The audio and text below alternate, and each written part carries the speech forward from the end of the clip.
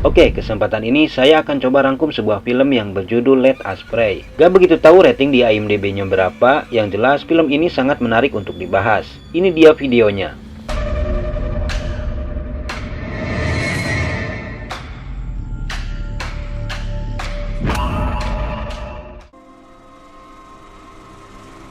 Pada adegan pembuka film diperlihatkan sosok pria berjubah hitam bangkit dari persemayamannya. Dia berjalan menyusuri karang terjal di antara ombak besar yang menuju surut seperti mengizinkannya lewat.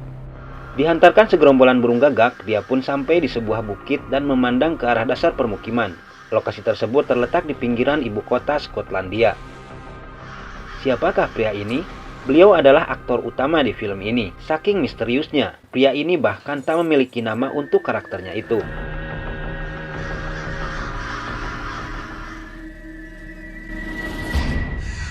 Scene menuju ke sebuah kamar hotel murahan, di mana mimpi kelam semasa kecil kerap menghantui seorang gadis bernama Rachel Heggie. Setelah dewasa, ia menjadi anggota satuan kepolisian di kota tersebut. Dan disinilah cerita film ini bermula. Jam malam ia harus bangun untuk mengawali pekerjaan dinasnya. Sejenak ia kaget dengan sehelai bulu gagak persis di atas bantal tidurnya. Lantas bergegas pergi menuju sebuah kantor tempatnya bekerja. Tanpa disadarinya, bayangan siluet seorang pria misterius terlihat di balik kaca kamar lantai 2 hotel tersebut. Malam yang cukup senyap tak menghalangi Rachel untuk menjalankan tugas perdananya itu. Sekitar beberapa meter saja, tepat di arah depan, pria berjubah itu tiba-tiba muncul. Namun, tiba-tiba sebuah mobil sedan ugal-ugalan datang seperti menubruk pria tersebut. Tetapi anehnya, hanya meninggalkan sedikit bercak darah di lampu kiri mobil, sementara pria itu menghilang entah kemana perginya. Si Caesar berusaha membela dirinya. Kok kenapa saya ditangkap, Bu? Gak ada korban juga? Spontan Rachel pun menjawab. Loba bacot kehead, nyao eta cungur bau komik. Sembari tetap Rachel memborgolnya dan digelandang ke sebuah kantor tempat kerja barunya itu. Di dalam kantor hanya ada seorang polisi berpangkat sersan yang sedang enjoy berselancar di situs X Hamster. Dia bernama McCready, kemudian menghadap Rachel yang tiba-tiba datang dengan seekor tangkapannya. McCready menjelaskan bahwa anggota yang lainnya sedang sibuk di luar melakukan patroli juga. Padahal faktanya, mobil patroli itu sedang terdampar di sebuah tempat sunyi. Dan lebih gawatnya lagi, sepasang polisi di dalamnya malah sedang asik dengan sebuah pengencerotan ilegal. Sementara itu, Sersan McCready terus menginterogasi dan menyita barang-barang yang dibawa Caesar. Sedangkan di sudut lain, Rachel tengah menginstruksikan sebuah pengintaian terhadap sosok pria yang menghilang pada insiden yang terjadi barusan.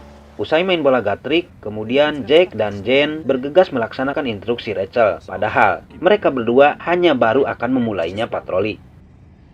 Caesar resmi ditahan. Dia melucuti pakaiannya tanpa malu-malu. Sementara, sersan mesum itu terus menatap ke arah bank sentral dari tubuh si Caesar. Bahkan, dia seolah tak mempedulikan Rachel yang berambisi untuk memperdalam kasus ini. Alih-alih, sersan ini cukup mengatakan tak ada kejahatan jikalau tak ada korban. Dengan raut kecewa, Rachel langsung mendorong si Caesar masuk ke ruang tahanan. Di ruang lain, seorang pria sedang duduk terdiam. Dia adalah Beswick. Singkat cerita, di ruang depan, Sersan dan Rachel tengah berbincang tentang Beswick yang telah tega menganiaya istrinya hanya untuk menutupi aibnya sendiri. Tiba-tiba, suara gaduh terdengar. Jack dan Jane berhasil menangkap pria berjubah itu. Setelah diperiksa, tak ditemukan apapun, kecuali sebuah buku catatan kecil yang berisi daftar nama dan simbol-simbol aneh di dalamnya. Melihat ada luka di kepalanya, Rachel langsung memanggil seorang dokter yang bernama Dr. Hume. Namun, pria itu tiba-tiba menatap aneh ke arah Rachel. Seolah dia mengetahui banyak hal terpendam di balik kepribadian tegas Rachel. Sekitar jam 9 lebih, Dr. Hume pun datang dan lantas merawat kondisi pria ini. Namun, sang dokter tiba-tiba terkejut ketika merasakan bahwa pria ini mengetahui persis perihal dirinya. Bahkan segala tentang sikap jahatnya selama ini. Keadaan ini memancing Dr. Hume untuk membunuhnya. Namun dengan sigap, Jack dan Jane berhasil mengamankannya dan dimasukkan ke dalam sel bersama 2 tahanan lainnya. Kemudian McCready membawa pria itu ke sebuah ruang interogasi. Dari hasil tes sidik jari ditemukan fakta yang sangat mengejutkan, sebab data yang didapatkan mengacu pada sebuah identitas, yaitu Alexander Monroe, yang telah mati puluhan tahun silam pada sebuah insiden kebakaran.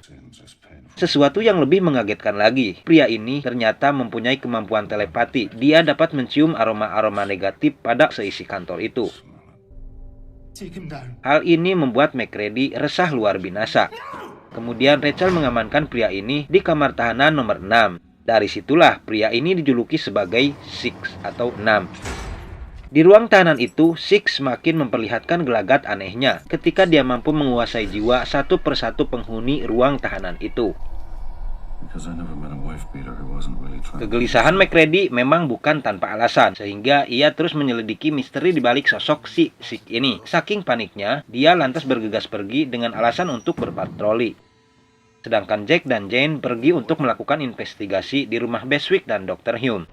Setengah sadar, McCready menyetir mobilnya, sesekali meneguk whisky untuk penawar ketegangannya. Tiba-tiba, penampakan Six muncul di kursi belakang mobil itu. McCready semakin mencurigai bahwa Six bukanlah manusia biasa. Sementara itu, Six terus berusaha menguasai alam pikiran satu persatu orang yang ada di kamar tahanan. Di dalam kendali telepati Six, Beswick yang dari awal kelihatan tenang, tiba-tiba ia emosi atas perbuatan dosanya. Ia membentur-benturkan wajahnya ke jeruji besi hingga hancur. Melihat Beswick terluka parah, Dr. Hume pun terpaksa dikeluarkan sementara. Kata terakhir terucap dari mulut Beswick. Ternyata Six sudah mengetahui segalanya, bahkan terkait pembunuhan sadis yang dilakukan Beswick terhadap istrinya. Di tempat lain, McCready kelihatan sedang mengemas batangan es krim aneh ke dalam kantong mayat. Sebujur mayat digusurnya ke sebuah kamar kecil untuk menghilangkan barang bukti. Sampai di sini terungkaplah bahwa McCready adalah seorang pedofil psikopat. Korban-korban kesadisan McCready adalah anak-anak remaja yang dikabarkan hilang dan terpampang posternya di kantor polisi tadi. Padahal faktanya, McCready lah pelaku penculikan tersebut, untuk kemudian diboolnya dan dimutilasi. Sementara itu, Jack dan Jane pun terkejut atas penemuan baru di rumah Dr. Hume. Tak diduga, Dr. Hume telah menghabisi seluruh anggota keluarganya karena sebuah paham nihilistik yang dianutnya. Puncak kesuksesan dalam karirnya telah membuatnya nekat demi mencapai suatu titik tentang konsep keabadian.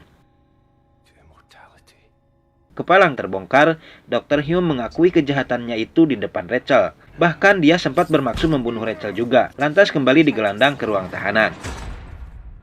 Sepulang melakukan investigasi, Jane langsung menyeret Dr. Hume ke ruang interogasi. Sedangkan Jack, yang masih berada di ruang tahanan, termakan pengaruh telepati Six. Dia mengalami kilas balik tentang sebuah pembunuhan sadis di masa lalu. Bahkan sebuah sesi pengecerotan ilegal dengan rekan kerjanya, yaitu Jane. Six berkata, "Aku telah mengetahui apa yang akan kamu lakukan." Di luar kendali emosional Jack, ia bergegas ke ruang interogasi dan secara brutal membunuh Dr. Hume di depan Rachel dan Jane.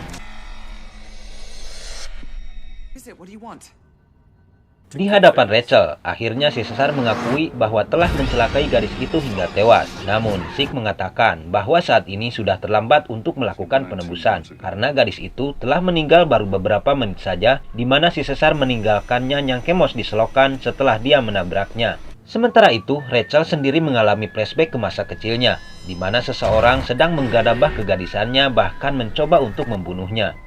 Namun tanpa disadari Rachel, ternyata Six telah mengalihkan perhatian si pelaku sehingga Rachel kecil bisa melarikan diri dan kabur.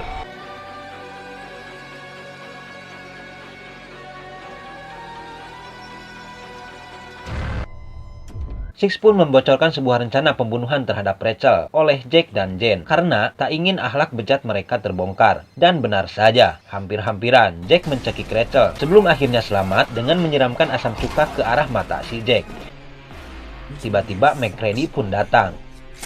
McCready kelihatan sangat murka dan lantas menembak si Jack pas mengenai keran SPBU-nya hingga muncrat darah. Sambil terus mengincar Jane dan Rachel yang sedang berlindung, McCready melontarkan kata-kata pengakuan bahwa agama baginya hanyalah topeng dari sebuah kepentingan duniawi semata dan akhirat adalah resiko dari segala perbuatannya. Namun, peluru dorlok itu bersarang di punggung Jane sebelum kemudian dia berhasil mengamankan diri di ruang tahanan. Dalam kondisi darurat, Rachel masih saja berusaha untuk tenang, sementara Six menyarankannya untuk segera melakukan sesuatu. Akhirnya Rachel pun kaget ketika Six mulai membuka identitas aslinya dan berkata, "Kita sama-sama makhluk buangan. Jika saja diminta, aku siap membantumu." Tiba-tiba saja lampu di ruangan itu padam. Ternyata Sersan MacReady telah membakar kantor itu untuk memancing keluar orang-orang yang ada di dalamnya. Ketika api mulai menjalar ke ruangan tahanan, Rachel, Jane, dan Caesar bergegas pergi menerobos kobaran api. Di luar dugaan, MacReady yang sedang murka menyambut kedatangan mereka dengan tembakan brutal. Alhasil, mereka harus melewati jalan pintas untuk menghindari amukannya.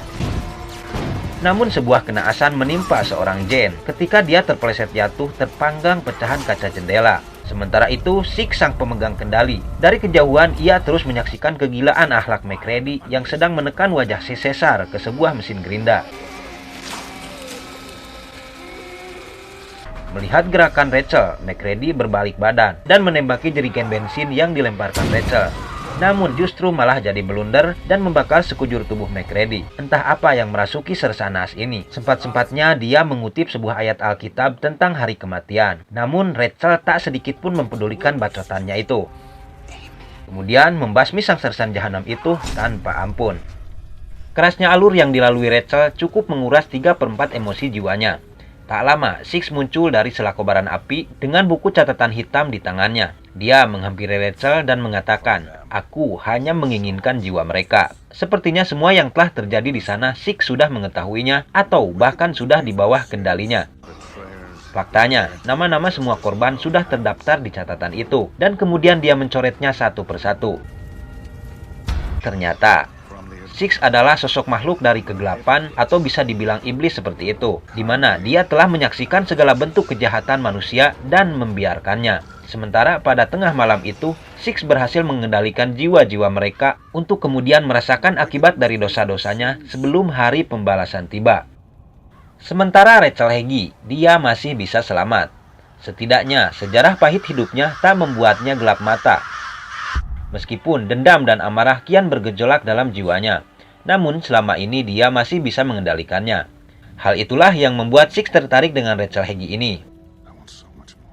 Six dengan halus mengatakan siap membantu Rachel untuk membalaskan segala dendamnya. Akhirnya, Rachel pun berhasil dibujuk Six dan bersedia kerjasama dengannya.